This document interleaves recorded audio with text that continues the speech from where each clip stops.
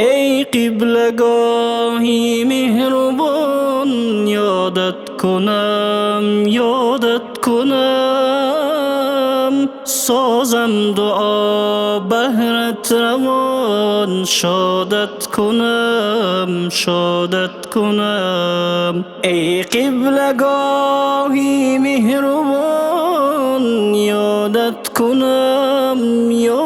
کنم، سازم دعا بهرت روان، شادت کنم. ای سایبانی دولتم، استادی صاحب عزتم، رفتی برفت این سولتم، یادت کنم. ای سایبان دولتم، استاد صاحب عزتم، رفتی برفت این سولتم، یادت کنم. بگذاشتی این خانه را، این منزل و کاشانه را، از خود نشان زولانه را، با خیر بنیادت کنم. از خود نشان زولانه را، با خیر بنیادت کنم. تربیتی استادوار کردی به فرزندان نثار، با علم و دانش و وقار، خیری به استادت کنم. ای زیب معتر پدر، ای کان آداب و هنر، استاد فقه و مختصر، نظمی به ایجادت کنم. 58 عمرت رسید، با امر حق گشتی شهید،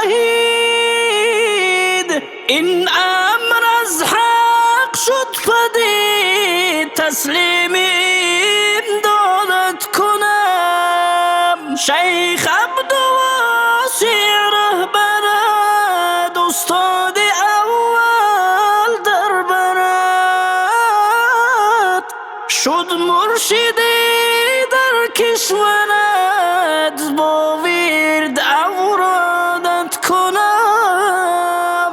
با مخدومی عبدالوکیل، شاگردی کردی ای نبیل، اینها همه بر ما دلیل، با رفتگان یادت کنم. با مخدومی پرقدر ما، آن صدر دین آن صدر ما، شاگردی کردی با وفا، جان سیدی سیادت کنم. ای اهل دین